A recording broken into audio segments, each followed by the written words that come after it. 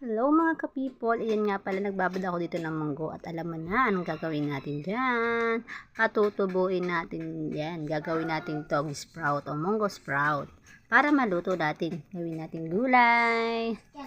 At yan nga binabad ko, tilagay ko dyan ng tubig. At syempre tatakpan natin siya ng ating tuwalyang malinis. Yan. Para hindi magkita, kailangan daw hindi nasisinaga ng araw.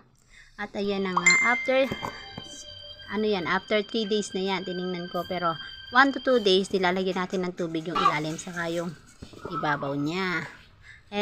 Hindi ko na siya pala nabidyuhan ng 1 to 2 days. Yan na yung 3 days niya. Syempre, nabasa, tuyo na uli yung towel niya sa ibabaw, at atin uli siyang binasya. Ganon din yung ilalim niyan, kasi may ugat-ugat na yung ilalim niya. Look.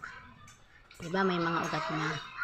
Yan yung ating 3 days na yan. At after 4 days, yan na po siya. At pwede na natin siyang lutuin. Hindi na ako makapaghintay ng 5 days. Kaya gusto ko na magluto ng munggo. Kaya yan, kinuha ko na siya dyan. At atin nang tatanggalin. At nagkaugat-ugat na nga na. Yan, kaya tinanggal ko rin yung mga ugat-ugat. Yan. Togi! Isa-isa rin kami. Maglulumpia na tayo. Atin na siya lulutuin para masarap naman. At nilinis-linis ko na nga po pala dyan yung ating munggo. Tinanggal lang ko dyan. Medyo nangitim yung ilalim ng ugat. Kaya talagang tinanggal natin yung ugat dyan. Yan po. Ito na yung ating munggo.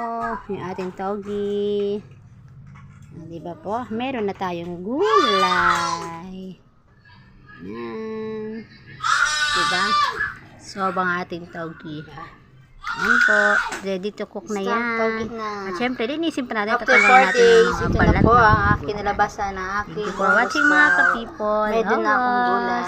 Munggo sprout or togi.